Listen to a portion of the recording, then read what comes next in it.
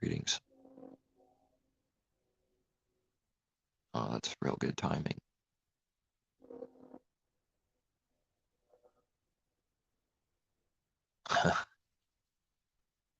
All right.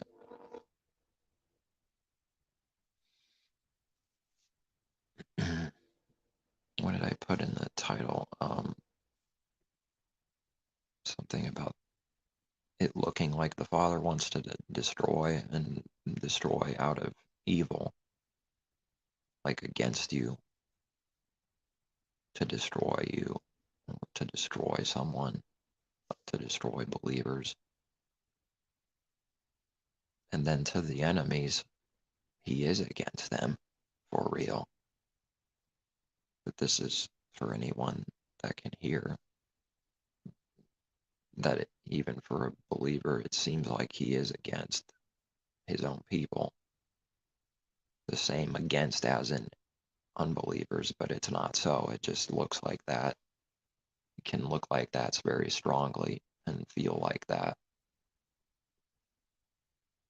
And it's too easy to get into a false, lying, evil accusation against him.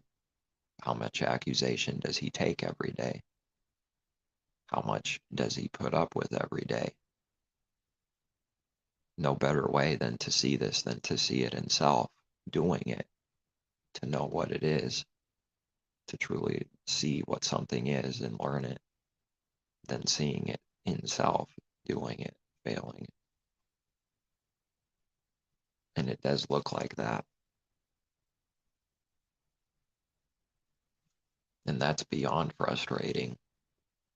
There's no words that can justify or guess or explain it than the frustration that is, because it's a wrestling, coming to grips with who and what someone is and knowing it more and more on a deeper level that it never believed earlier, last year, year before.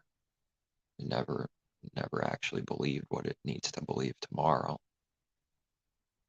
which doesn't make void anything that someone has been given. It's just that more has to be seen and given, and that wasn't given last year to anyone that believes until it's given. It wasn't there. And part of the way is to see self more for what it really is, that it is all the things that his word says that man is. All of it. It is all those things from the heart. And it's a hypocrite. It's a murderer. It's a robber. It's a thief. It's a deceiver, a liar. It's beyond selfish. It only can think about itself. This is who and what Adam and Eve, the whole creation, is. It's everyone. It's believers. It's everyone. And believing it is not something that someone can just casually do real quick. No, they can't. And they don't know the struggle it is to actually believe it. They have no clue what the tribulation is and what it really means. The tribulation that the enemy speaks of is the punishment for its evil that it does, and the death that that wide gateway is. That is its tribulation. And that is, but it's through sorcery, trying to sell that it's the tribulation that his word speaks of for believers. It's trying to sell that it's going through a tribulation for Messiah's namesake, for doing good, for doing the Father's works. That's what the snake does. That's what the enemy does. That old serpent beast. It masquerades at all times like a believer, and everyone buys its image. It comes in its own name, which is all selfishness and falsehood and a false prophet. And everyone comes flooding to them and running to them like Messiah taught.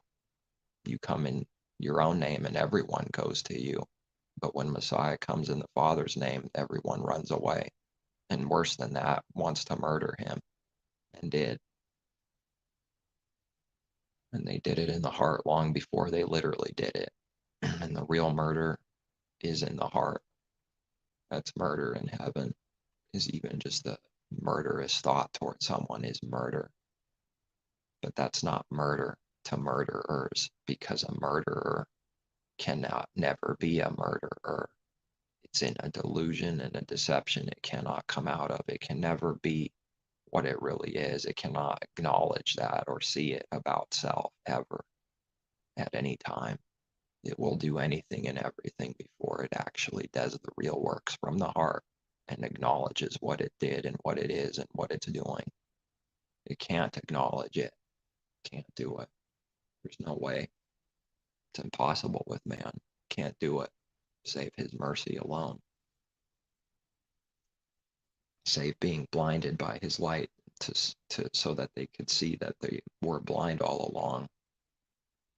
The only way someone can see that they were blind is to be blinded by his light, which is a different kind of blinding. And then sight comes back. Healing comes and sight comes through being blinded by light. Its intention is good, but it never looks like it to the one that's at war and at enmity with the Creator. Everything is evil about the Creator and who he really is. But if someone sells a false Creator, then everyone can look like they love the Creator and are not at enmity with him every day, like his word says that everyone is. Sell a false Messiah, and everyone can look like they don't hate him, because what they act like they love is not the true. Therefore, it can look like it loves him. But concerning the true Creator and the true Messiah, it cannot love. It cannot be in agreement with it. It's as far as the east is from the west. As long as someone's going west, they're never going east. There's no chance of it. And as long as someone is going east, they'll be going in a circle forever against west, and never going in the direction of west, unless they turn around and repent. That's the only way that the direction can change, even though they're close to each other, even touching each other. East and west touch each other, don't they? Even in a globe delusion, this would be true. Not even speaking about the globe Earth and the ball that's moving thousands of miles per hour. Even on that false creation, it's true. East and west are so close to each other, they're touching each other. So how could they be forever apart? Isn't that teaching something? Isn't the creation teaching something?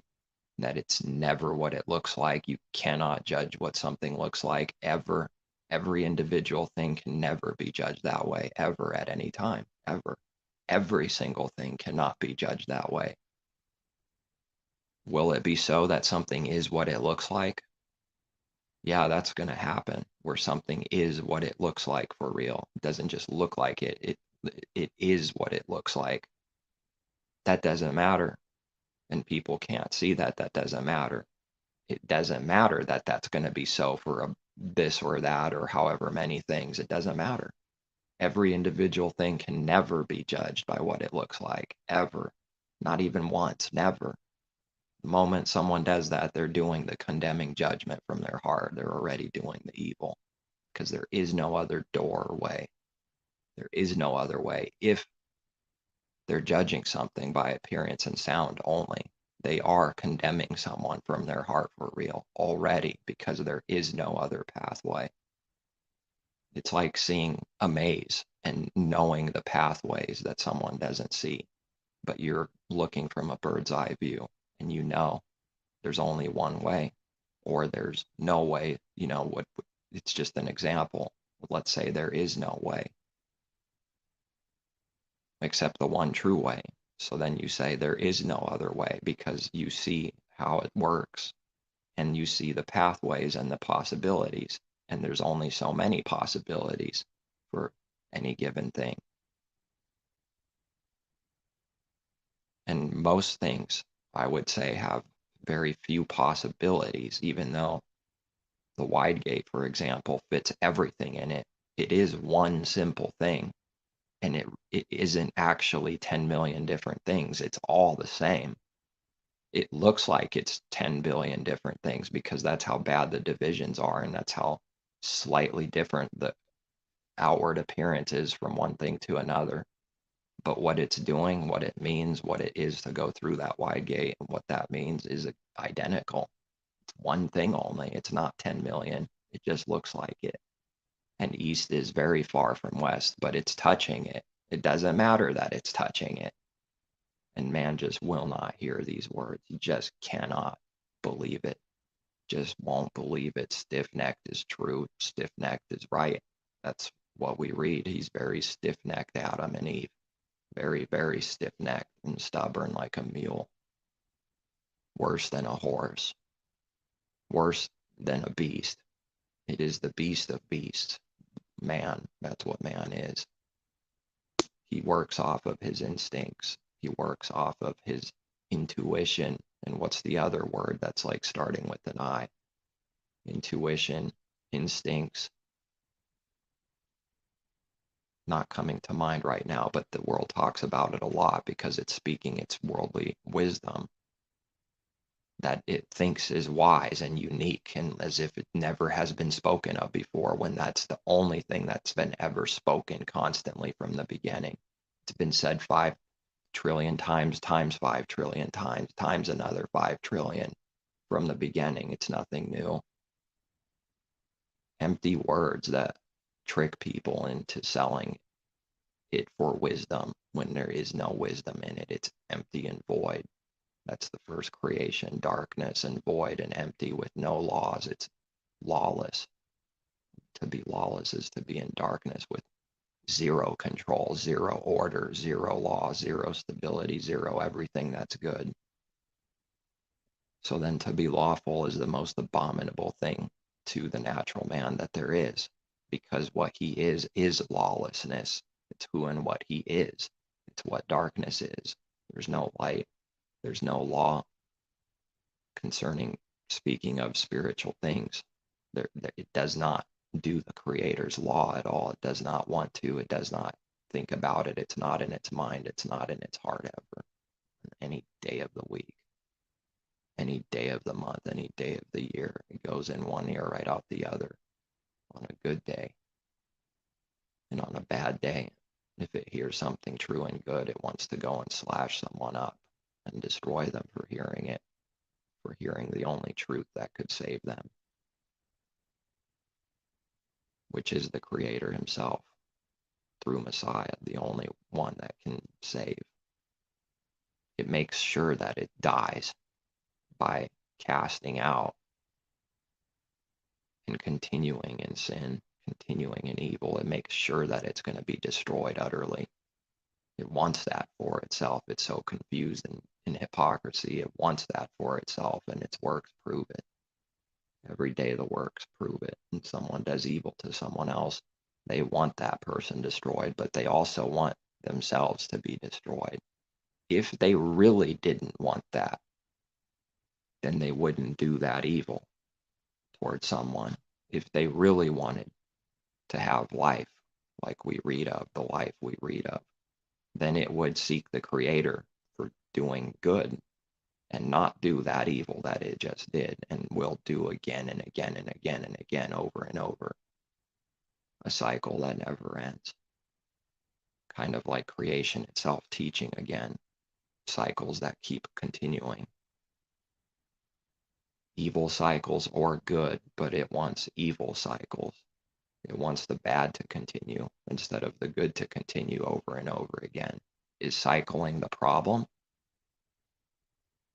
No, cycling is not the problem by itself. When it's connected to evil, it's a problem, but it's not the problem itself by itself. Because what is wrong with good that happens over and over again? Is that evil? That's a stupid question because of how simple the answer is, and obvious that it's not evil for good to repeat itself, but it is evil for evil to repeat itself. So someone will make it about repeating and connect it to repeating and say, accuse you of doing the evil that they do, because a believer sounds like a hypocrite to the hypocrites 24/7, because it really does sound like it constantly. The Father's truth sounds like hypocrisy and foolishness to people. It really sounds like it to them. So it will judge it as that instantly. as actual evil and hypocrisy with no discernment in sight. It only judges books by a cover and never does anything else. I've never seen it. Doesn't seek the creator from its heart to do his will, to know what this means and what it is. It never does that. If it actually was doing that, the works would show that it's doing that. But when the works are never there, how could they be doing that? They're lying.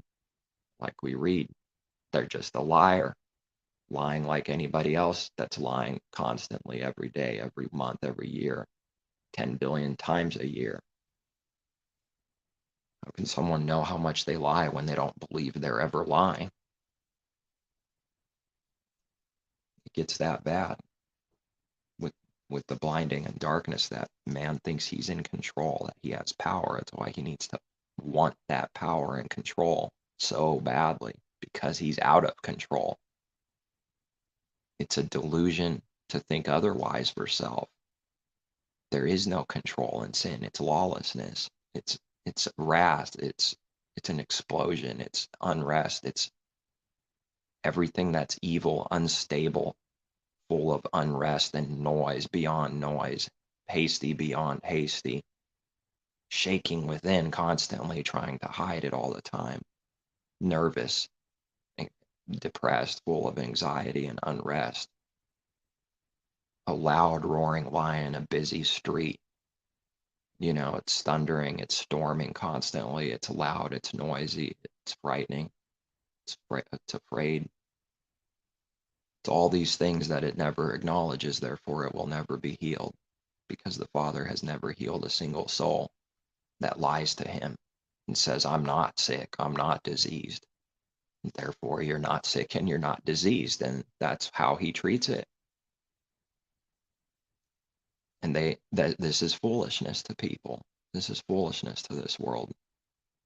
The religion sells that his word is not foolishness to the world. That's a massive lie. His word is absolute utter foolishness to this world. It's foolish to them. It sounds foolish. It's contradicting to them. It's evil to them. They sell something else. How could what they sell be true when they go against his word? So obviously, once it's seen, it sticks out. It sticks out, 1,000 times worse than whatever example someone can come up with.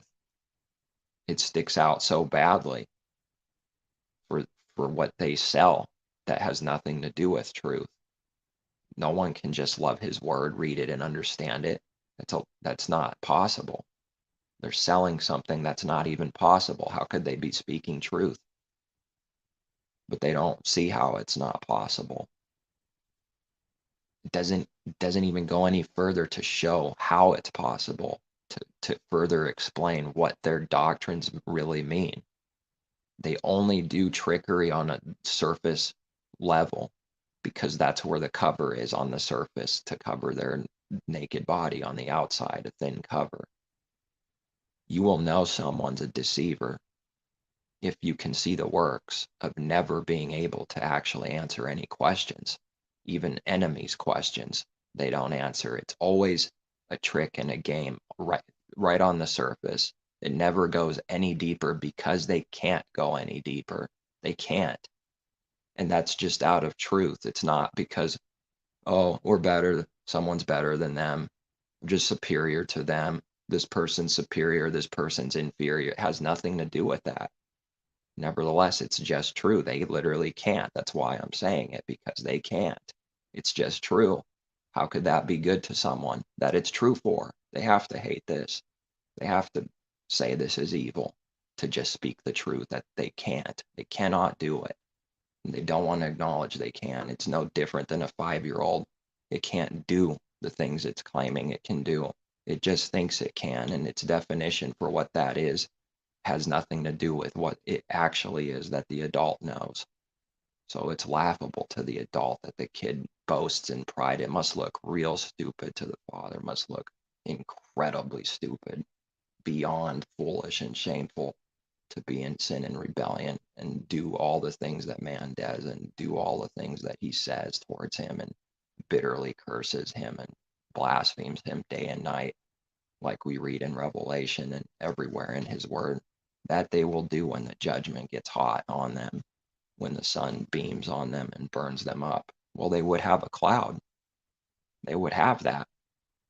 But they keep on saying they can make their own cloud, so that never comes. He lets people know, he lets people experience their own things, meaning, here, go ahead and do it your way. See if it actually works. You can say you have a cloud all day long, but is there one for real? Can someone actually do that? Can someone actually stop his judgments and put a cloud over them to give them a break from the beating heat of the sun? He says, go ahead and try that. You can say that all day long, but is it actually working? Is it really happening? They believe so. That's what's frustrating. The enemy always believes its lies. That's what makes it look so real and deceiving. It believes its lie. How can someone see the difference between the truth and the lie from someone that's lying or telling the truth? When the enemy, all it has to do is copy some words and put on an act like they do in movies. Don't people know that's the easiest thing to do? Especially if you practice lying, like we read in Revelation, especially if you get good at it, good at sin, you practice it, you get better at evil.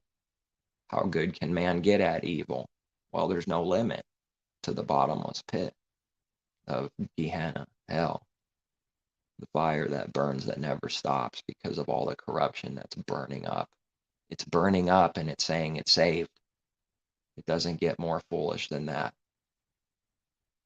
It's claiming things that are not possible all the time, and that's pride. Pride does that. Pride claims things that are not so all the time. If someone claims something that's not actually so in reality, they just did a work of pride. That means their heart is literally prideful. They did a work of pride in that moment. They did evil in that moment, because claiming something that's not possible, besides being evil and foolish and stupid, it is prideful. But there is no pride in claiming something that is so, that is true. There's no pride in that, but it's going to sound prideful to the one that's void of having the things that they could be given, that are given to believers. They will be filled up with envy, and envy will just make them incredibly blind. They will not have any right judgment or discernment for just envy alone, let alone everything else that's going wrong in the heart. It won't be able to see it clearly at all. It's being nice about it. It's a lot worse than not being able to see it clearly. It comes like a roaring lion seeking someone to devour, let alone not be seen clearly. It goes and does a lot of evil. Adam and Eve do a lot of evil, but people don't believe that when they read about Adam and Eve. Genesis, the beginning, even though that word is used quite a bit in all kinds of perverted ways, meaning speaking as if the kingdoms of this world are this truth and not the truth itself. It takes words and phrases from his word and speaks the abomination and blasphemy and connects it to its worldly wicked things and carnal kingdoms to it. When it says Savior, it has nothing to do with what Savior means. When it talks about redemption in this world, it has nothing to do with what redemption really is. When it talks about glorious glory, it has nothing to do with what glory actually is. It only looks like it. That's it. That's what glory is to man. Something that looks like something to him. It's that shallow. It is shallow. It's void. It's a cover. Once that cover is stripped off and exposed as a cover, you're left with a naked person that's a sinner and full of shame and nakedness and sin. That's got nothing. They're empty. They're not what they're claiming. They're the Wizard of Oz on steroids. A sad man behind the screen. Utterly exposed, but was hiding all this time behind the image that he created in his own likeness. That's why they created a golden calf. That's why we have that in his word. And it's a perfect picture, as all his word is, for the spiritual things. Man creates an image, a God, sells it as God, Elohim. And this is a strong delusion that people don't want. They don't want to believe this is true because it's violently uncomfortable to them and evil to them. Well, there is a truth to it being uncomfortable. It is uncomfortable. That much is true, but it's coming in with partiality. It doesn't even want to go there. It doesn't even want to touch that or even remotely ask about these things. It confirms whatever it thinks it knows instantly and says, no, no, no, no. And because someone does that, they go blind right in that moment. It will be shut. The door is shut, and they can't even think about those thoughts ever again. They're not even allowed. So people get close to entering the kingdom, and then they get turned around by false prophets and deceivers. Of course, someone has to enter, because close doesn't mean entering. Close is not entering. Close means nothing if someone doesn't enter. And what is entering the kingdom? Well, they sell it for whatever they want to sell it. Enter the doors of the church building, enter its worldly system and kingdom that it created in the flesh, that it needs to see, touch, and hear and feel everything. And someone's deceived. As Messiah said, don't be deceived. Don't be drawn towards this lust to want to see the kingdom in this kind of way, because it's not coming that way. That's not faith. The things that come aren't coming until they come. And that's requiring faith, which means no one will see it the way they think it should be or see it. It doesn't mean nothing is coming. It just means it's stressing and bringing out the importance of what's important and true. And that thing out there in the future has its place and time. And to mess with that place and time is to do all evil and deceive someone, and to do evil for real, because it has a place and time. And if someone mixes that, they will get someone to do evil through a very clever, tricky disguise, selling that something is something that it's not, and then that will allow someone to do evil in their heart. Because of the lack of knowledge and sight, someone will think they're doing good and they're doing evil still.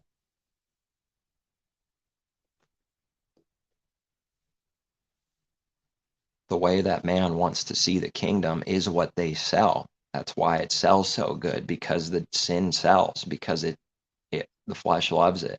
It loves it. It loves the sin. It loves the carnality and the carnal pleasure. It works. It sells. That's what this world does. It sells sin. That whoever sells more sin will make more profit and carnal gain in this world, in these kingdoms.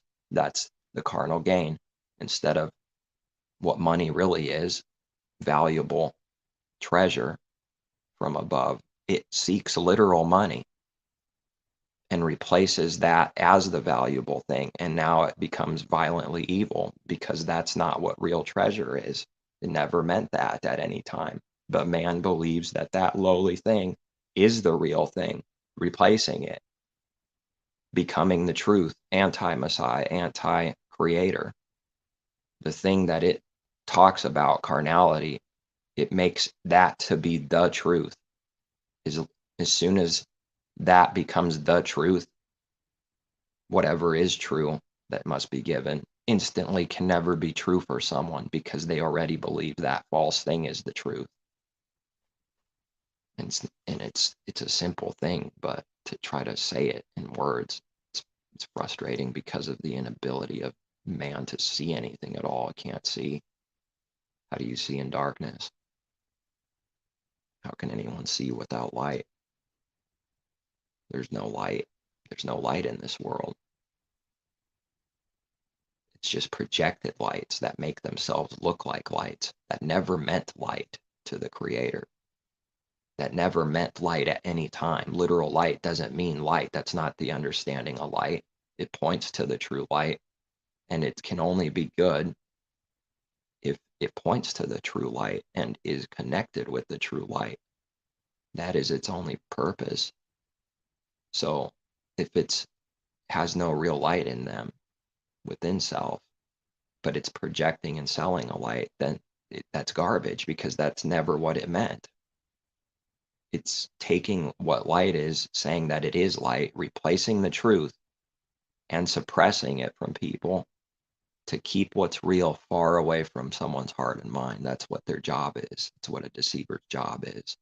They'll never admit it because they're in the delusion. They can read about blaming someone else constantly and pointing at someone else constantly and never looking at self. If it started to see self for real in light, it would see that it is everything the Father's word says that it is. Every believer has to find that out for real, which is a tribulation to find out constantly and continually that it's true. No one will believe the report for what these few found out about themselves. They'll say you're the same fraud that an actual fraud is, because they won't be able to see the difference when the two are standing next to each other, because Adam and Eve couldn't either. They couldn't see the difference between good and evil, light and darkness. It's blind. It requires to be blind to not see the difference between light and darkness. It's not that the light and truth is hard to see, or that it's evil or so tiny you have to squint. That light is hard to see. It's because people are blind. That's why they can't see, not because the truth doesn't exist, not because it isn't obvious. It is obvious, but it's not obvious to someone that's blind, that's completely blind still. How can they see what light is if they're blind? And if they were born blind, how could they ever know? That would be an easy person to deceive, wouldn't it, if they never knew? If someone doesn't know, it's easy to deceive. So that's how false prophets work. They bank on it, literally and spiritually. They bank on it, double meaning at least. They bank on people's lack of knowledge, their destruction, their blindness. It profits them. That's why they're called prophets. And I'm just, I guess, a play on word with that word prophet, but that's what a false prophet is. It profits them, all right. That's what they receive for offering people as a sacrifice. Here, these people I will destroy for my self gain. Don't they read that this is an abomination to Jehovah? You offer your people, Israel, as a sacrifice. You think this is good? They sacrifice people. That's what they're doing. But it points somewhere out there that sacrifices are going on, wicked sacrifice, and it's doing it. It's guilty of that spiritual real work in the heart every day. And it's pointing to some literal sacrifice out there as if that's the understanding and truth, when it's doing that work of sacrifice from its heart. It's offering up people for destruction. That's the wicked sacrifice. In sacrifice, something gets consumed. So this is wicked sacrifice. For someone's destruction, they rise carnally in this world. They go up, they gain. Nothing to do with the Father's gain and Father's riches, which has nothing to do with literal money. And everything to do with the worldly gain and selfish gain and love of money in the heart. Big time. Huge problem. Love of money in the heart. And a number isn't going to prove anything by itself. The love of money is in the heart, whether someone has $1 or 5 billion. It's the same work. It doesn't matter the number. The only thing that matters is, does that heart love money? Doesn't matter how much it has. Does the heart love money? So then the carnal man will try to prove things based on flesh. And Messiah said the flesh profits nothing. Why are you telling me that? Why are you giving a flesh, carnal, physical example that you think proves something spiritual? That can't do that. It can't go backwards the other way around. How does a lowly thing way below heaven prove something far above it that's so much greater and higher than the earthly thing? How does that thing right on the ground prove something that's way up in the sky? It can't do that. Can't go backwards. Someone can't prove they're spiritual through carnality. It literally doesn't work. It does not work that way. It cannot work that way. So then they'll give an example, flesh example. That's what the flesh is representing and meaning. It's a carnal, natural, worldly, natural man thinking example that he uses despitefully and with intent to deceive, to justify his love of money and sin, to make it look like he's doing good. He will say whatever he needs to make himself look righteous in that moment and someone else look like a dog, to throw them down with intent so that it can make a contrast to raise self up. There's no raising up actually happening. It's literally trashing and destroying someone, which makes the one that's destroying look strong, which makes them look like they rise up in pride. That's what's happening.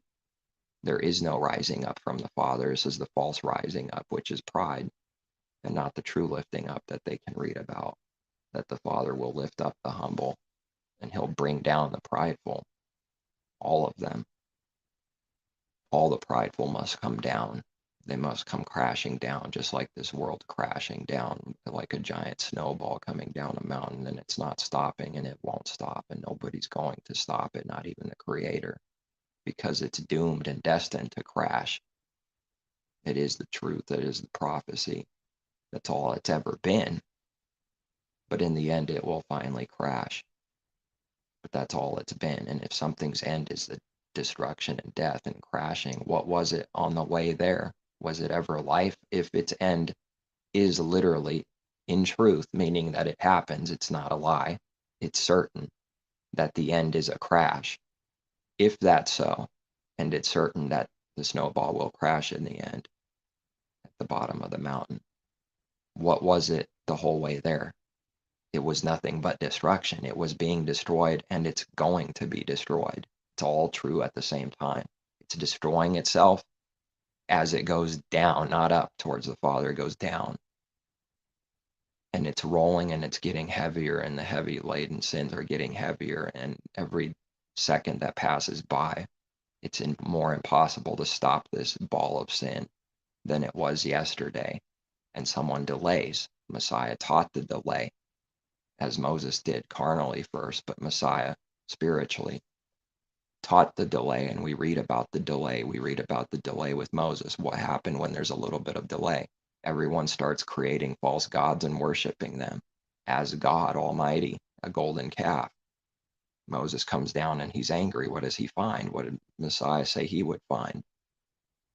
When he looks down in spirit and sees what someone's doing spiritually with their heart right now, what will he find? Will he find faith on the earth?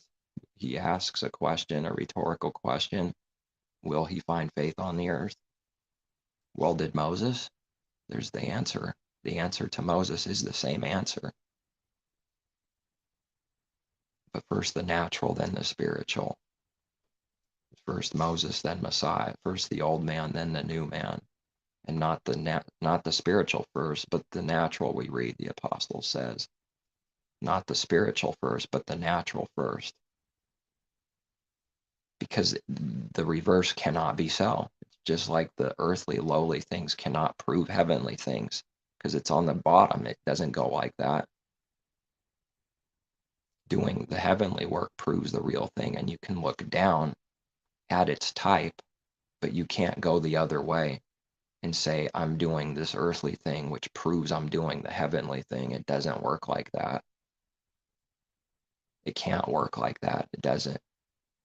Just like no one can become spiritual before they come spiritual. No one can be spiritual first, then natural, then spiritual. It's nonsense. It's never happened. Not even with Messiah.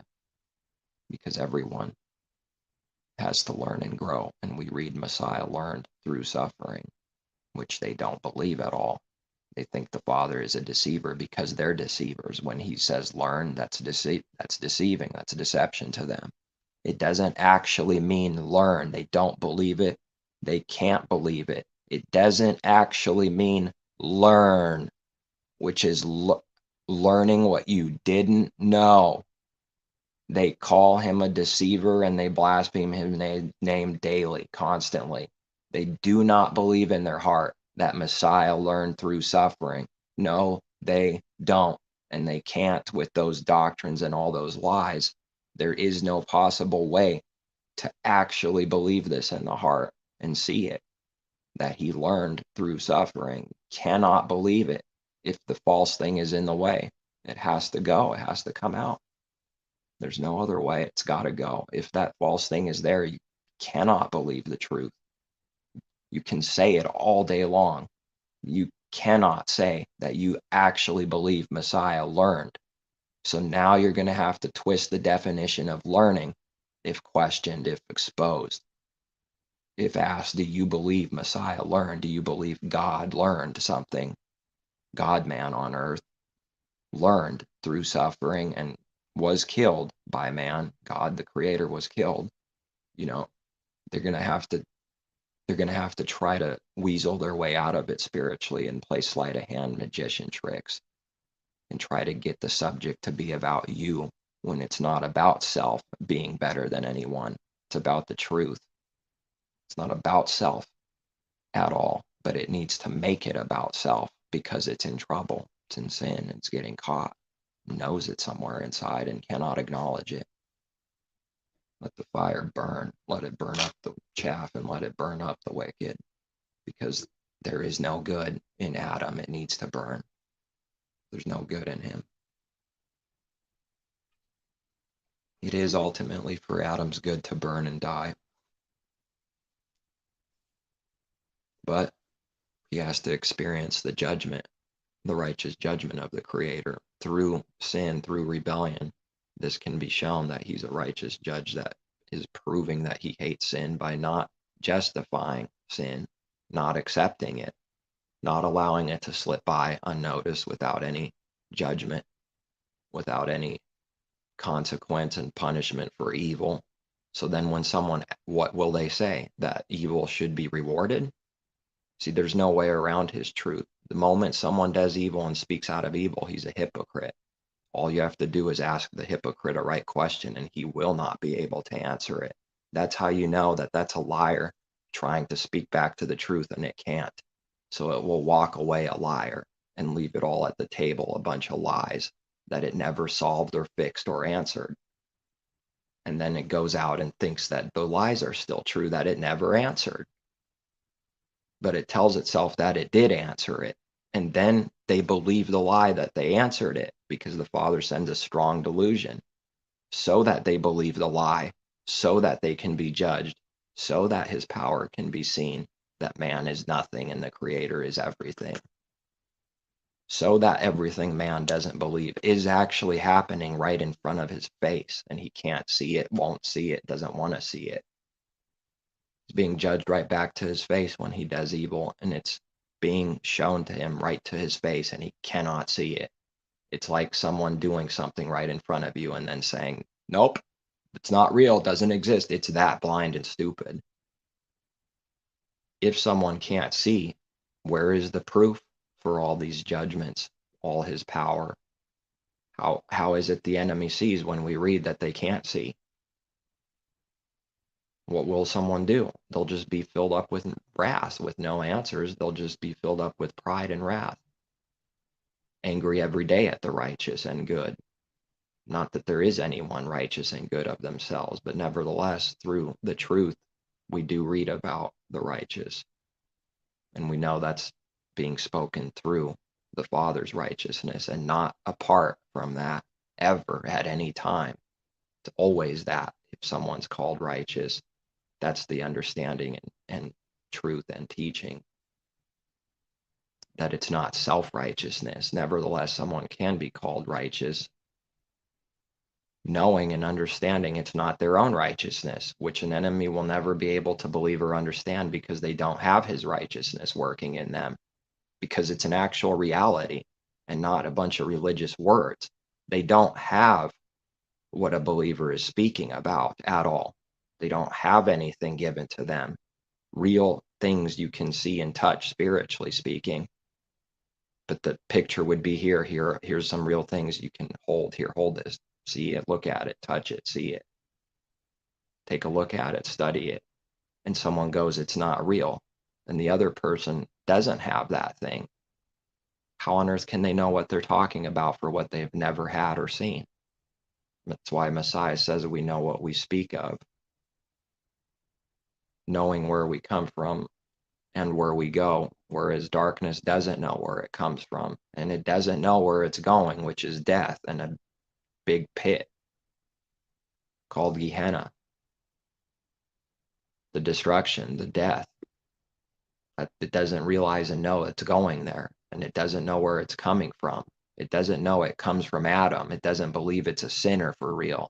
It doesn't believe it comes from evil and is going to evil and death and the grave.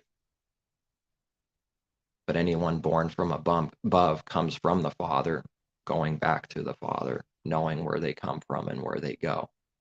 But that same truth about the old man is true for every believer, but that's what's dying.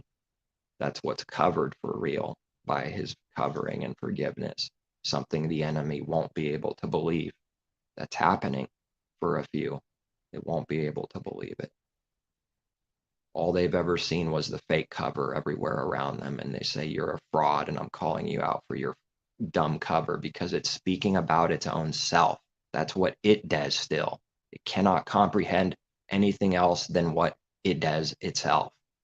So when it sees something that looks like similar to the evil, it will call it evil every time without fail. It sees a genuine cover, it will call it what it is itself and condemn itself guilty. It condemns itself guilty as the sinner, as the evil, and whatever it says that someone deserves, it deserves. It's talking about itself. It just needs to talk to its own self, and then it would be speaking truth. But of course, saying the literal words isn't the understanding here, because someone accuses someone with their mouth through a hypocritical, evil, condemning heart and judgment for something that they themselves do. They're talking out loud, but they're not talking to themselves about themselves, because that work has to be done in the heart. Saying something out loud doesn't prove anything. It doesn't disprove anything. It doesn't do anything yet. It doesn't ever prove anything. It could be evil. It could be good. Which one is it? It doesn't prove either one of them by itself. Then they would be saying that judge with wicked judgment, judge by sight and by carnal hearing and carnal sight.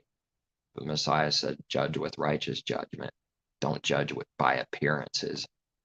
Told them that they judge by appearances. You judge by appearance only in the flesh things, natural things, your own understanding and your own sight, he's saying.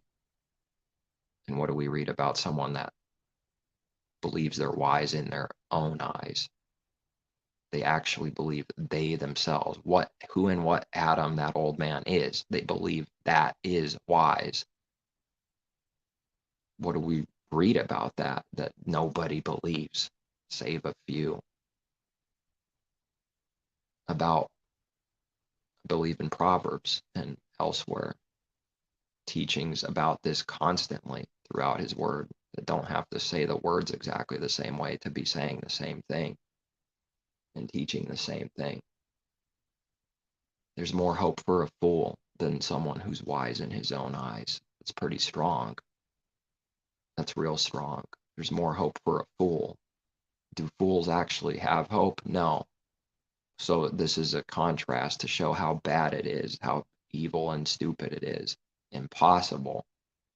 There's more hope for a fool than someone who's wise in his own eyes. And seeing it in a different light, I guess. Someone who's acknowledging they're a fool, this would be good. So there is hope for a fool. When he becomes a fool, there's hope for a fool. When he believes he's a fool in his heart, there's hope for a fool. There's more hope for a fool than someone who believes they're wise in their own eyes. There's literal hope for someone that believes and starts seeing that they are a fool and cannot do any good of themselves. There is no hope for someone that believes they're wise still and good still. It's just not true. There is no one good. There is none righteous. That's as literal as it gets. That means no one. They never believed it in religion. They just say the words. They don't mean it. They don't know what it means. They don't believe it. They don't see it about themselves. So it's easy to say the words. when having nothing to do with them at all, without lifting a finger for the commandments themselves, putting it all on others what to do, telling someone else what to do, carnally commanding them, wanting to make decisions for their literal life, their literal job, this and that, carnally commanding someone out of evil control spirit. But when it comes to keeping the commandments themselves, they don't lift a finger for a single one of the commandments themselves. But it puts everything, it puts perfection onto the whole entire world, everyone else. It puts perfection on as a standard so that it can condemn anything less than that, which will be everyone, because no one is that. Everyone's far from perfect. So it puts perfection on someone so that it can condemn them instantly. It makes sure that someone is condemned, makes sure that someone's a sinner by putting perfection on someone right now, faster than overnight, instantly putting perfection on someone in that second, in that moment. This is the heavy yoke and burdens that they all put on people and want to throw their heavy baggage of sin onto someone else. They don't want to carry it. That's an abomination to carry their own stake and do what Messiah did. They wouldn't carry a single sin for a single day with intent to do what that means with the heart, ever. Adam can't do that. That's disgust to him. And Adam is disgust to Messiah. And Messiah is disgust to Adam, enmity. If someone would like to say what enmity is besides that, that's what enmity is. That's what we read must be so. It is so. That's the enmity between light and darkness, the serpent seed and the woman seed. There's enmity already. That means there is no agreement. That literally is not just some doctrine to say in religion, and now you said the right words. It means something that's actually working and true, that is connected to doing something. It means there is no literal agreement between light and darkness. They're at war, at enmity with each other. There can be no agreement. That means in real life, speaking about real things, there will be zero agreement. There cannot be any agreement. And if someone can't discern the natural from the spiritual, they'll instantly be deceived and blinded and confused and mixed up. Someone could mix up whatever they want for them and say this is what it is, and they'll believe it because of not being able to discern between the natural and spiritual. Just that alone will be easily deceived because they don't actually know. So someone could sell them whatever they want, and that's exactly what everyone's doing, is selling whatever they want. Whatever the devil commands them to do is what they do. Whatever comes up in their imaginations and in someone's mind, that's what's sold, which is a little different from what someone else is selling. And then these war together, the enemy against its own self, because that's what evil is, foolish, contradicting and condemning its own self. How could it be against its own self for real? It is. It's against its own self. It fights its own self. It kills itself. Even Hollywood shows this all the time in their movies. They all go for the bad guy, so-called, and then they all kill themselves and don't get the bad guy. 10 of them turned into 2 because they murdered each other. How foolish is that? It doesn't get more foolish. Now, has anyone asked why they show that all the time? Why is that such a consistent theme and thing in these movies where the group ends up slaughtering each other, fighting over who's the leader, who's the best, who's the greatest, like the disciples wanted in the beginning, because they're carnal, because they need to learn, because they don't know yet. When they said those words, they didn't know. They couldn't see. They wanted to be great in a wicked, carnal, prideful way, like everyone that's great and risen up today in this world is and wants to continually be, which is the abomination, which is evil, and only connected to evil. They don't want to be the great that the Father makes great, the true great. They want to be the devil's masquerade great, which is no greatness at all, but it is greatness to man through pride. Pride is great to man. It is great and amazing. How can't people see that so? It's so obviously true that pride is amazing to people. and it's wicked to the Creator. Can't people see that this is everywhere? No matter where you go, people really do believe pride is good, and it means nothing when someone acts like it's not. When 5 minutes ago we saw the works and proof that it believes pride is great and amazing, it just proved it. It just called something prideful amazing in real life when there's no questions, when there's no pressure and testing around, and you just watch what someone's heart is actually doing all on its own. It proved it. It proves that it loves. Then it goes in 5 minutes later and says, pride is evil. You liar. You don't believe that at all. You just thought it was amazing 5 minutes ago. For real. A real work in the heart. You can't just change the heart every 5 minutes. Reminding me of what we even read. Yes, tossed in the wind, changed all the time, changing. And women, yes, ungodly, unelohimly women are known to change their mind, but so do guys. So do guys. They're no better. Changing every few minutes. It's what every false prophet does, is change and morph into whatever he needs to be in that moment to hide that he's a sinner and a liar and a deceiver, that he's no different than the people that slaughtered Messiah. He is the one that slaughters Messiah today.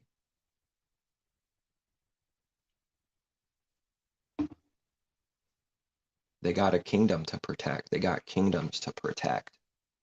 They talk about them as if the things that they talk about are important, as if the world problems and all the things that the world speaks of is so important, and it's nothingness. They'll be arguing for an eternity. If the Father allowed it to go on forever, it would literally be like this forever. It wouldn't be any different. And 50,000 years from now, 500,000 years from now, people would be doing exactly what this generation is doing and saying and working the same works with their heart.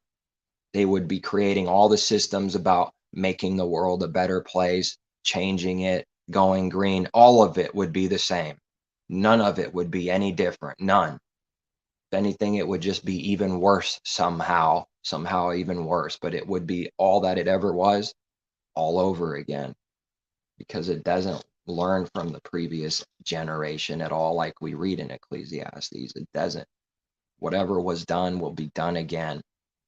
Well, that seems kind of depressing, doesn't it? Well, that's why a believer doesn't hope in this world. Not supposed to be living in and of the world, supposed to be living in a different world called the kingdom of heaven, and hoping for that which is to come, that we believe, if indeed someone believes it.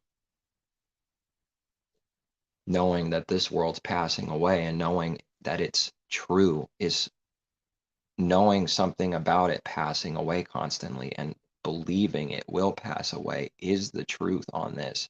It doesn't have to do with it happening in man's timetable, thinking of it carnally. It needs to happen in a certain year. When someone starts doing that, they're already thinking completely wrongly about what that means and what it is. It's going to happen in his time, which we just happen to be in a time where it's coming up pretty quick. But nevertheless, it's not working like man thinks and says it and sells that it works. And the earth didn't get multiplied and filled up in 5 days. It took 6,000 years to fully fulfill it. Does it mean that that was false all this time? No. It was always working. It's always been true, but there's a time to where it will be true still, fully fulfilled. And the earth will be filled up and multiplied according to what the Father knew that meant from the beginning. And it took a long time from our perspective for that to be completely filled up. It's also going to take a long time for everyone to die and to know who the Creator is, to come out of their evil and their death and the misery that everyone is.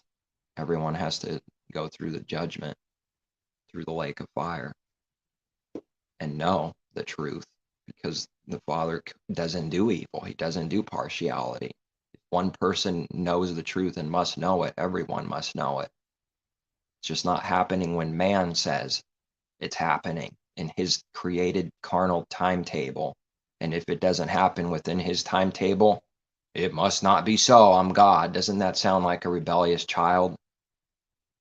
Sounds just like a rebellious child to me, making things up, creating its own way, its own timing for things. And if it doesn't happen the way it thinks it works and its timing that it thinks, then it must not be so. That's a lie. That's a massive lie.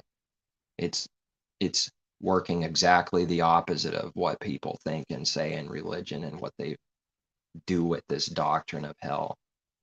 And that this cannot be so because not everyone is saved in one day. Did they ever think that was never the Creator's plan from the beginning to save everyone at once? That it was never part of the plan at any time, even before creation existed, and never even came to a thought through his mind that he would actually do it that way? They never asked that question or comprehended that to ask even. Did they ever think that that was never part of the plan? That the religion's doctrine that they've been pumping out for, forever, 2,000 years, but beyond that, is a lie, and what the world thinks religion is and what God is and everything is a lie. What it really thinks in its mind is all lies. And all someone has to go off of is whatever they see and hear in the world. And it looks at Christianity or a different religion, and then it judges the Creator based off of what it's seeing and hearing that they are getting from religion, which are a bunch of false things. And then these people in the world over here hears those false things and then speaks evil against the Creator for hearing these false things because they can't be blessed for receiving lies. What did the church world think that the world should react like? Good? That they should love them for lying to them? You can't love the one you lie to, so the world has to hate religion.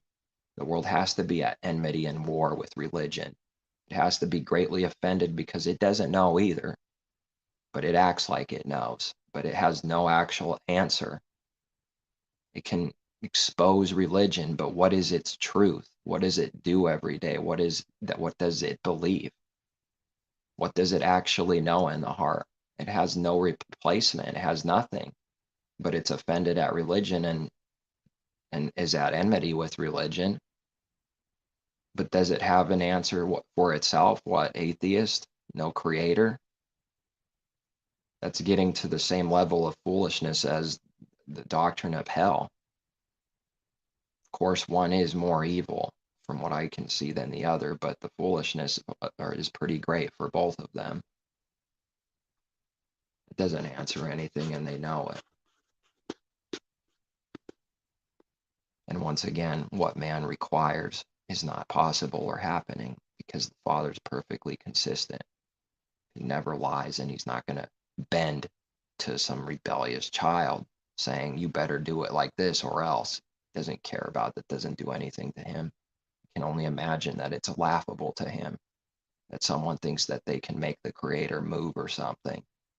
Maybe they can kill him or something. The one that gave them life could kill his own Creator. It must be laughable. Maybe that's why we read the Creator laughs and scorns at the scornful that laugh and mock at sin and mock the righteous, mock good things. Laugh with the crackling thorns, laughter that they laugh with out loud all the time. They ever think the reason why they're laughing is because the Creator's laughing at them? That's why they're laughing, because they're laughing out of a judgment. They're laughing out of stupidity and confusion because the Creator's laughing at their sin that they think doesn't exist and isn't affecting them at all. It's laughable to the Father that's so, that sin doesn't do anything for someone as far as there's no sin. It doesn't matter. You could do whatever you want. There's no judgment. Nothing's happening. Watch someone destroyed being judged as they say that. It's pretty amazing. It's pretty blind. And if we said that it's full of light and sight, we would be murdering the enemy by telling a lie to them and saying, you see, that person sees and is full of light. And we actually see that they're blind, and we know they're blind. but we lie to them and say that they see. Would they like us to lie to them? There it is again, where it condemns the left and the right. It acts like it hates something, but then it proves it loves it. It acts like it loves something, then it proves it hates it. It hates both things. It hates all things. Acts like it loves one thing. Doesn't matter if John the Baptist comes in eating or drinking or not. They condemn him. He didn't come eating and drinking, and they didn't believe him. He's a wicked man. They condemned him as false. And Messiah came eating and drinking, and they said he's false. He's wicked. So what do the Pharisees do? That's not one of those two things. What is it that they do that's so righteous and better than everyone else? That's not one of those two things. Oh, so they don't eat and drink, and they eat and drink? They don't do both of those things. The question is broken because it's speaking about something broken and stupid. The question is broken and stupid because it's about something that's broken and stupid. Which one are they? Do they not eat? Okay, they say they don't eat.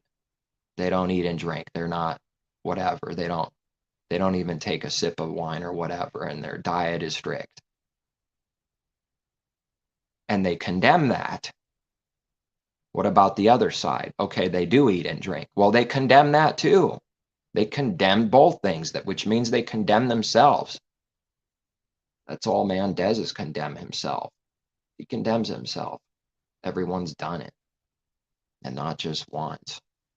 Every time someone does evil, we condemn ourselves if it was an evil. Every time an evil is done, we're a hypocrite. That simple. And it can't be any other way. Just have to see how someone's a hypocrite. When evil is done, that person did a hypocritical work in that moment. Because there is no such thing as evil being done without hypocrisy. It's not possible. The person is literally guilty and has done and is doing, or still will do, whatever they just condemned and did out of an evil heart. They will be proven a hypocrite, guilty of the thing that they accuse someone of, which is what a hypocrite is.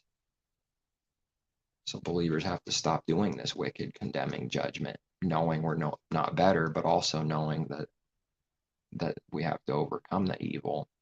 Also knowing that it doesn't happen in one day. Also knowing that's not an excuse to sin. That's why we read that it's not a license to sin. Also knowing that growth is necessary and no one can just be made perfect in one day. So if an evil judgment comes to someone else because they put perfection on them, but what if that person's a believer and they made a mistake and they need to learn it? And there's no forgiveness. Why should that person expect forgiveness? And that's not an easy one, is forgiving the enemies, especially. But if no one ever does that, then how can they be a believer? What reward will they have if they do the exact same thing that the wicked do, which is do to others what is done to them? Scratch my back, I'll scratch yours. Don't scratch my back. It pridefully says, I will not scratch your back. I know you won't.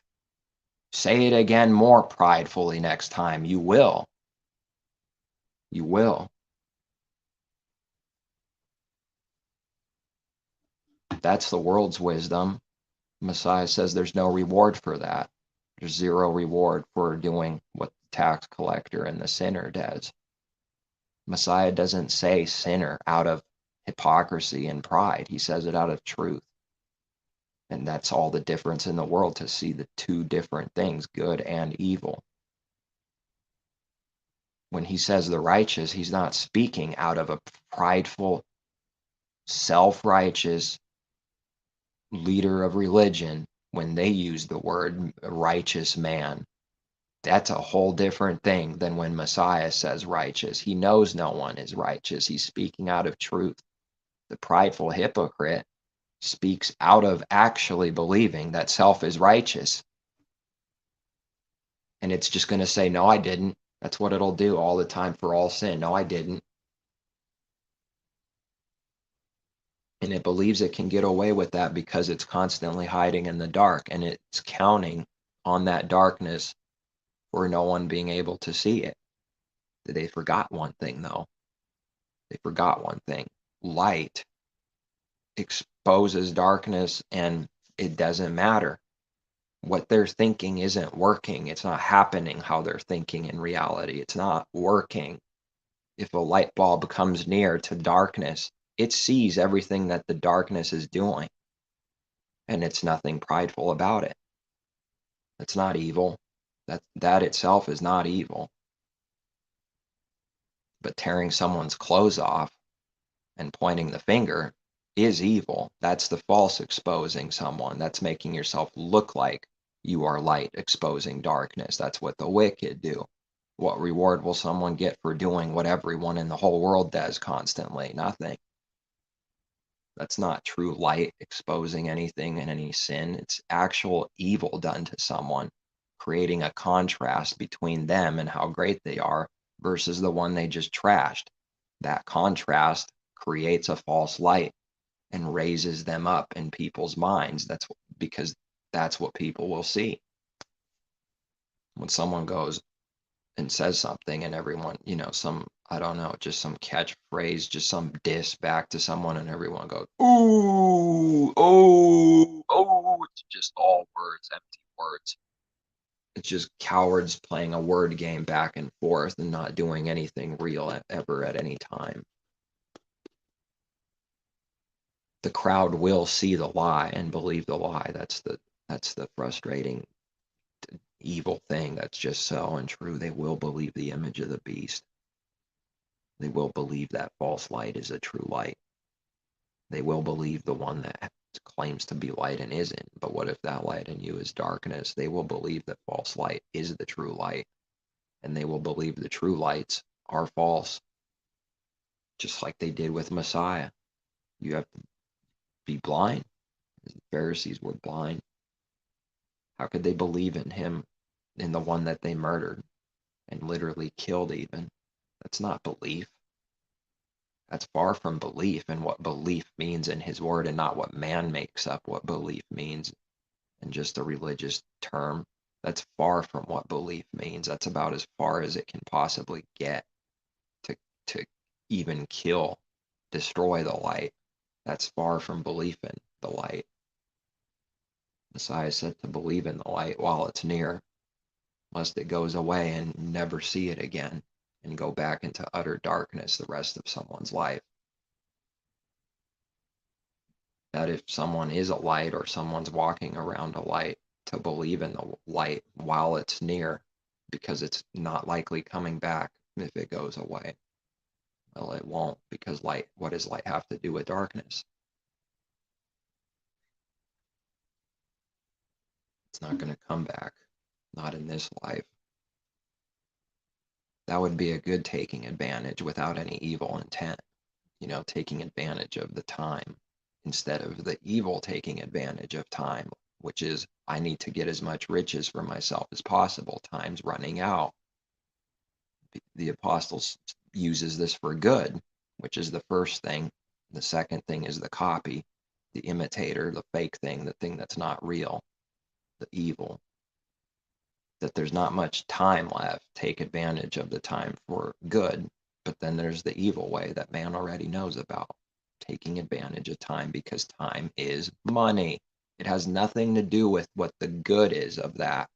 The other side of the sword, the good, the light instead of the darkness. It's nothing to do with each other. They do look the same, but from the heart, they are two different hearts completely, two different works completely, two completely different, unrelated things in reality, nothing to do with each other as much as light has to do with darkness. That's how connected they are.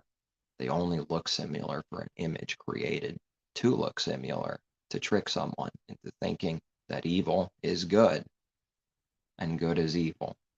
And if someone does believe evil is good, they also believe that good is evil right away, because this is all connected in one. If someone truly believes a sin is good, they believe good is sin. I mean, that's simple enough.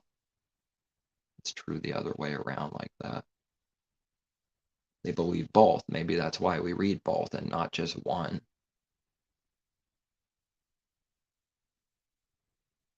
They call good evil, and they call good evil good. Those are two separate things, but they are one, but they are a little bit different, coming from a different side. That's why we read both, because both are true. Well, I think I got the words out.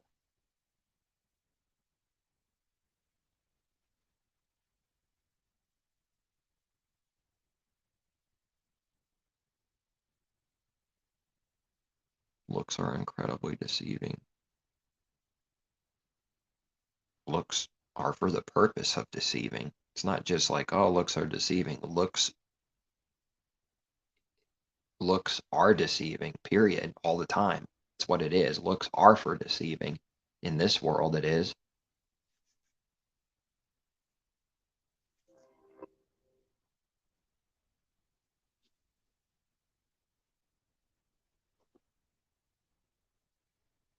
Honk again.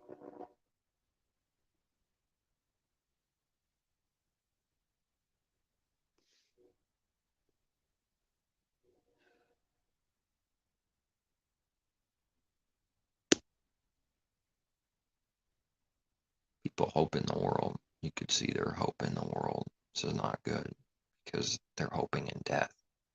There is a good hope. It's just not that.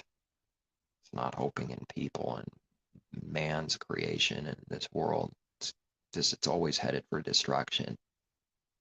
Wants to be tumbling on the way down to the mountain the whole time and then just destroyed in the end. It's a trick, just a giant trick constantly what sin is. It's a constant trick to get someone to think that they're not being destroyed right this minute. As soon as someone believes that's not so and sin won't hurt them, they buy it. And then they literally believe it's not hurting them. The problem is once it starts, it doesn't stop. Now, when are they going to come out? When will they be able to see? Once you start rolling down, does it ever go backwards or stop? They won't have fear in their eyes. These words won't do anything to those that will never hear. They don't have any fear for the Creator. They have no fear in their eyes concerning this good fear. It doesn't bother them. Well, it does, but not in the way it should for good. It bothers them in a way that keeps them away from the Creator continually. The evil, there's always the two things. Never one. Never only one. For every evil that exists, there is a good that exists that replaces it. But in truth, though, the evil is replacing the good, it's working that way because the truth was always first. It was always the only thing that's true, but it all got mixed up and lost. And it's been lost ever since Adam and Eve. From the beginning, it's been lost and mixed up and destroyed in people's hearts and minds, but not literally destroyed. Destroyed within people. And it created a bunch of confusion. A bunch of religions came out of it over a few thousand years. This is the mess we're in after a few thousand years of this mess. This is what it should look like. If someone can see how and why that's true, it should look this bad. It's supposed to. That's what Babylon is. That's what confusion is. That's what being lost is. Just too prideful still to acknowledge that it's lost. It thinks by calling someone a dumb lost sheep that needs to follow someone, because it's a loser or whatever. It thinks that actually makes it strong, and it doesn't. But it's tempting to buy it, isn't it? It's tempting to do evil back to someone because they want you to buy that lie. If you do good to them and don't buy that, they will burn up with fire and be utterly turned to ashes. Watch it happen by only doing actual good to them. That means there's no faker. You have to actually do good, which means not wanting evil destruction for someone out of an evil heart. It's not something someone can just say real quick. Doing it is impossible without seeking the Creator's will. Can't be done. But if someone ends up doing it, doing the impossible because of the Creator working in them to do it, they'll see the enemy burn up for doing good to them. It's the thing that they will hate most, and then the Father will show the judgment on someone, his judgment for doing that good, and he'll refrain from that same judgment. If we do evil to someone, then we won't see it. Part of the punishment is you don't see it. You repay, well, that was your repaying. Satisfied? And we won't be. Then someone, wants to do more evil after an evil and more evil after, and the wrath fills up and it grows like a cancer in a few seconds, a minute, and it just keeps snowballing. That's how sin works. But if someone does one good, it can snowball too. If they can do that one good for real, and then do another good, and then another good, and put away the evil, it'll work for the good that way too. It's called blessings, and the other way is cursings.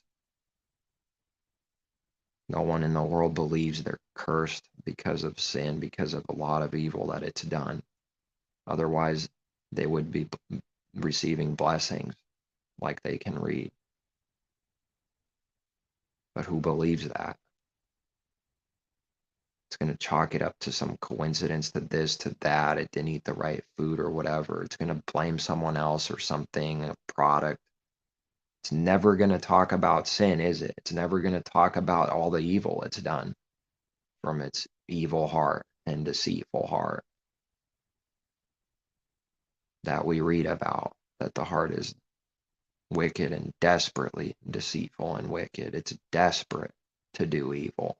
It's like someone starving to get food. It's starving to do evil. It's desperate to do evil. It shakes with violence to do evil. It can't wait to do evil. Its feet run to evil. It's quick to murder and shed blood. Its mouth is full of bitterness and cursing, like we read. Those words don't have any power in the church world. They don't believe them. Should make someone afraid for what those words really mean. If they could see it, how true it is for self. Starts with self. It's true for self first before anyone else. But man reverses it. It's not true for self, and it's true for only everyone else. That's the reverse. It's the reversing.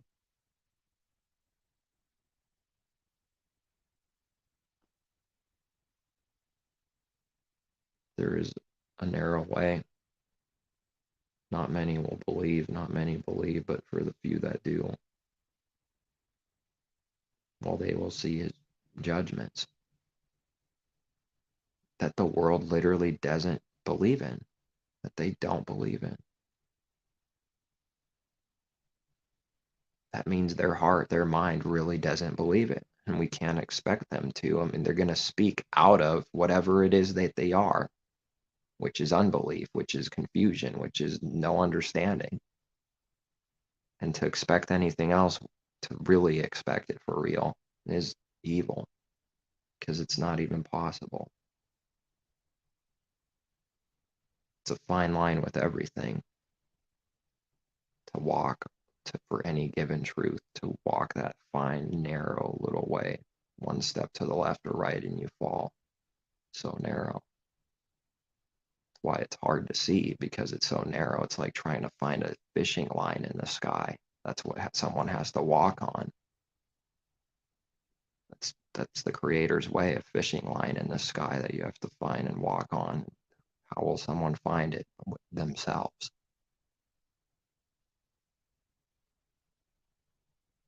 But that's just a picture, an example. I mean, and I see it as that. It really is that narrow. And seemingly it is impossible. So then it's a miracle. It breaks what someone would think it is literally impossible. So a fishing line, that's a pretty good picture, I believe, and see that it is. It's impossible to walk on a fishing line 30,000 feet up in the air. Here, walk this real quick. Do it. Walk on water. Do it. It's impossible. What makes it impossible? Man's lack of belief. He doesn't have faith himself, but if he believes, which is a gift from above, in the Father's things and works, he can walk on water. The moment he starts not believing, he starts drowning. Yeah, that's powerful. That's real. The moment someone's faith starts slipping, they'll be sinking, and it's going to feel like drowning spiritually because the Father's teachings and parables are never wrong. He knows what he's talking about. He's not just spitting out a bunch of nonsense, desperate to see a paycheck. There's no intention for that.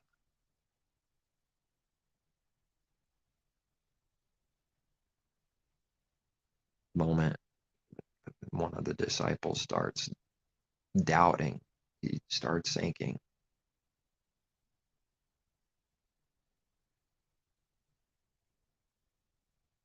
So it requires a miracle to do his works, to live his way.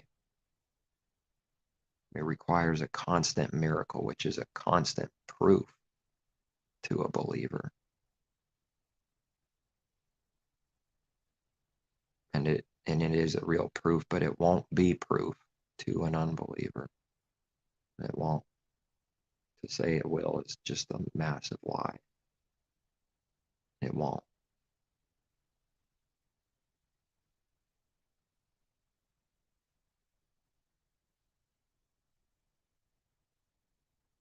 Messiah gives the 5,000 a miracle to give that little food to feed that many people. It's a miracle.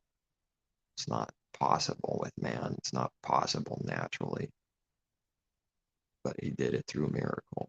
And then he says, testing one of them, you give them something to eat. He tested him, but he already knew in that time what he would do. But it was a test. Then why would he do something he already knows the result to? Isn't that evil? Isn't that the evil that man does all the time? No, it's not, but it looks like it. It looks just like it. It's not the same thing. Why would the creator himself do anything that he already knows the answer to and outcome to? Well, believers start becoming the same thing. And that's not to say that they are the creator at all, not even remotely, but to do his works, to becoming in his image. Messiah was doing the works of the Father, therefore he also tested them, knowing that they weren't able to do it at that time. You give them something. It's time for you to do it now. You have to walk. Can't carry you forever. Like a baby, You have to learn it yourself. You have to be receiving from the Father yourself. Time to, grow up. Kind of like a kid grows up. And if we never do it, we never learn.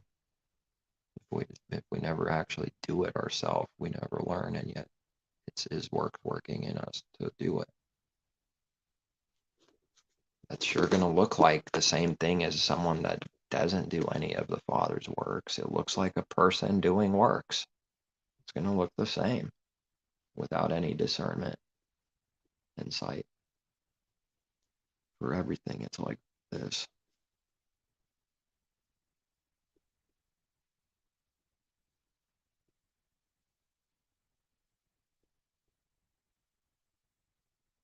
Can't count on the enemy saying something like, there's no hope, there will be none of this, there will be none of speaking out of unbelief continually and since forever.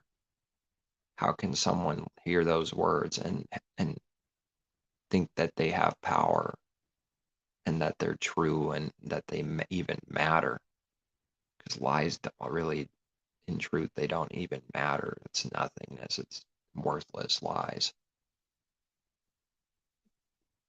And not that they don't matter and that we need to know what they are to know what a lie is, but in comparison to what's good and true lies, there's nothingness. It doesn't even matter. It's worthless. But it's not worthless to this world. It's everything. Someone has to truly believe, and they can't look at other people's lives and that's all they're looking at is destruction and unbelief, and that's all they see everywhere. Then they say, well, they must be right. That's already faulty. It's already false. And someone needs to ask themselves if that's what they want to believe. That's the question. Is that what they want?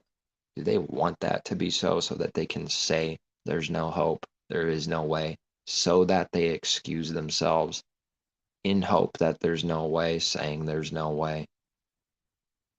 Pretty tricky without any sight. Someone thinks their works can't be seen for why they really do what they do and why they say what they say. Oh, they can be seen. And the Creator always sees. It just thinks it can't be seen for the true intentions and the true thoughts of the heart and why it's doing what it's doing and saying what it's saying. Someone has to make sure they're not wanting the false thing to be true from the start. And then blame someone else that it's only death and destruction and only hopelessness and blah, blah, blah, and this is false and this is false. Are they sure that they don't want that to be true? Because my experience and what I see is that people want that to be true. That's why they're doing that and saying that. But they're selling something else. They're selling that as it's legitimate, as if that's really so, but it's really an excuse so that it can stay away and say there is no way, to continue in its sin and wallow in it. That is what someone ends up becoming. It's just the truth. They start wallowing in their own misery and take themselves all the way to their own destruction and destroy themselves. That's what happens, and it's not good. It's not a good, easy thing to see, but it's happening a lot.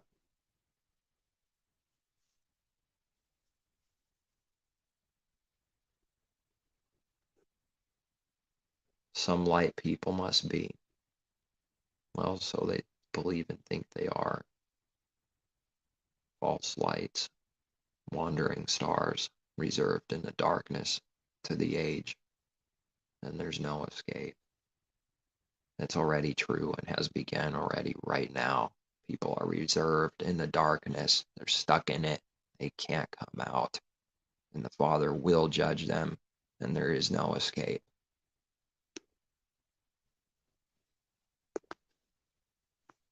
It's already true, let alone will be true.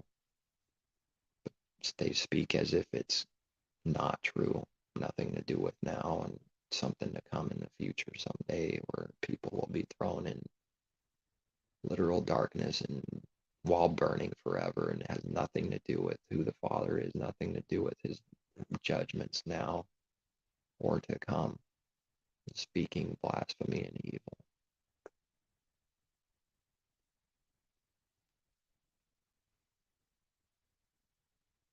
The harlot has blasphemy written on her forehead, nice and big. It says blasphemy, the harlot. We read in Revelation. It's a revelation to know that's true.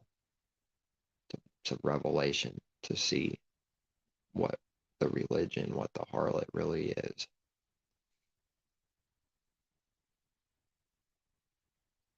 It is exactly what it was 2,000 years ago with Messiah, and waxed worse, if anything, but it is the same thing.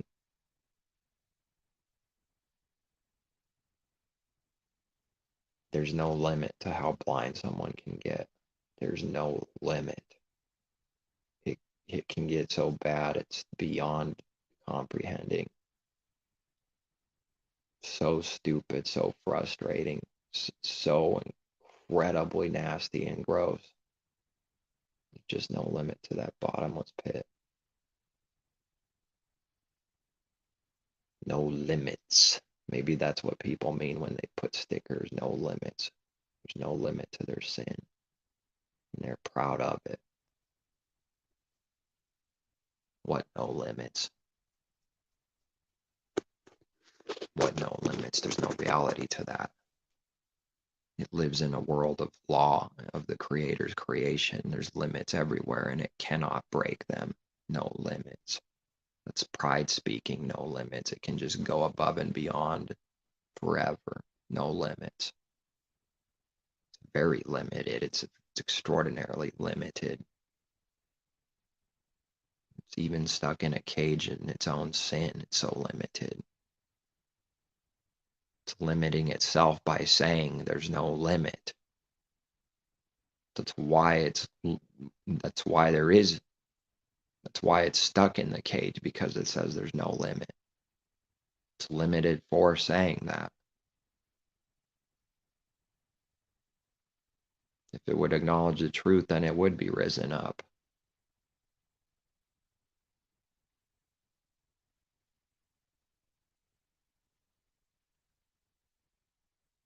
Like Messiah was risen up from the dead to life.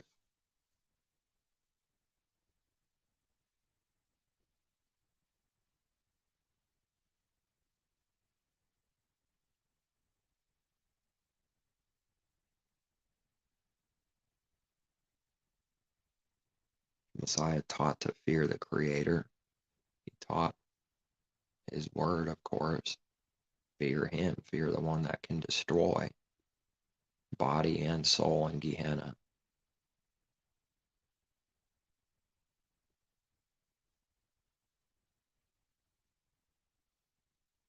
That's the fear.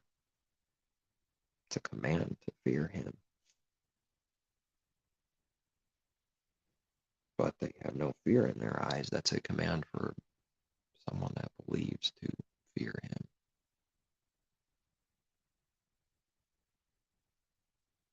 And then there's the devil's fear, the cowardly fear, the masquerade of the true fear.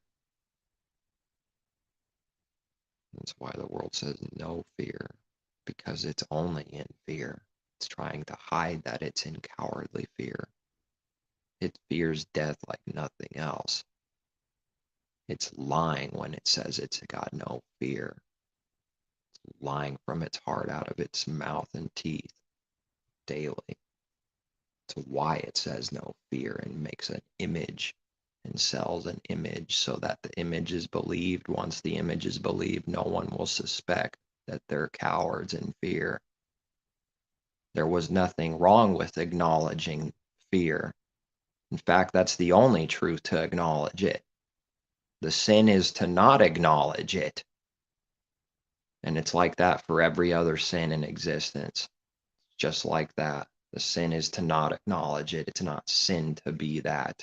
There's nothing wrong with that.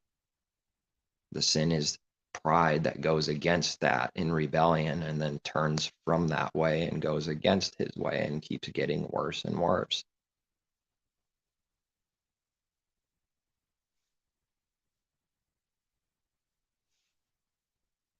Needing to, like we read, overcome fear, the bad fear, because love casts out, perfect love casts out fear, but fear has torment, punishment.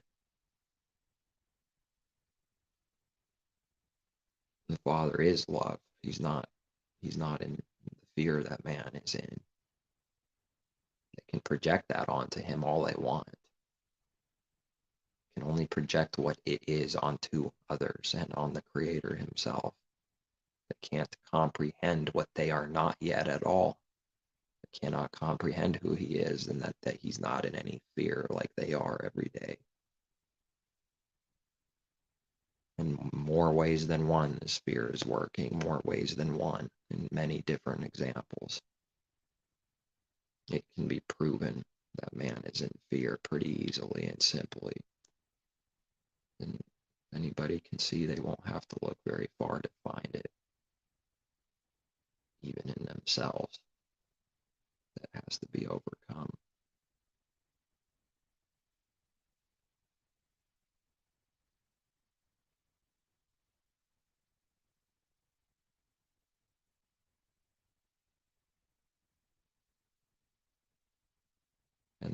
And the truth is that it can be overcome, but not if no one believes.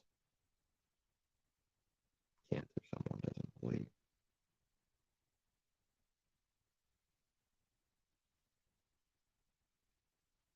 I think that's it.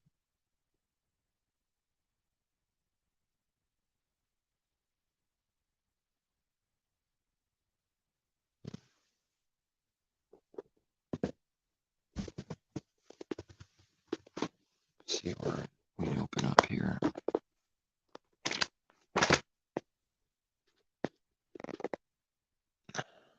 He was in the world, and the world was made through him, and the world did not know him. He came to his own, and his own did not receive him. But as many as received him, to them he gave the right to become children of Elohim, to those who believe in his name, who were born not of blood, nor of the will of the flesh, nor of the will of man, but of Elohim.